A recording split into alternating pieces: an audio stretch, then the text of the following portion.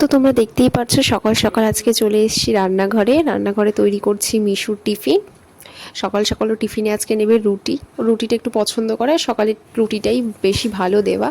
আর এখানে রয়েছে একটু চানা মশলাটাও একদমই খেতে পছন্দ করে না, কিন্তু চানাতেও অনেক ধরনের প্রোটিন ফাইবার রয়েছে, তো বাচ্চাদের দেওয়া দরকার।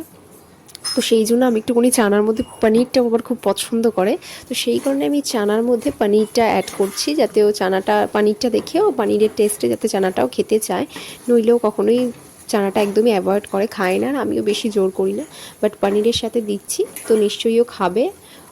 তো চলো দেখা যাক কি করে, খেয়ে আসে কি না সেটা টিফিনের পরেই বোঝা যাবে।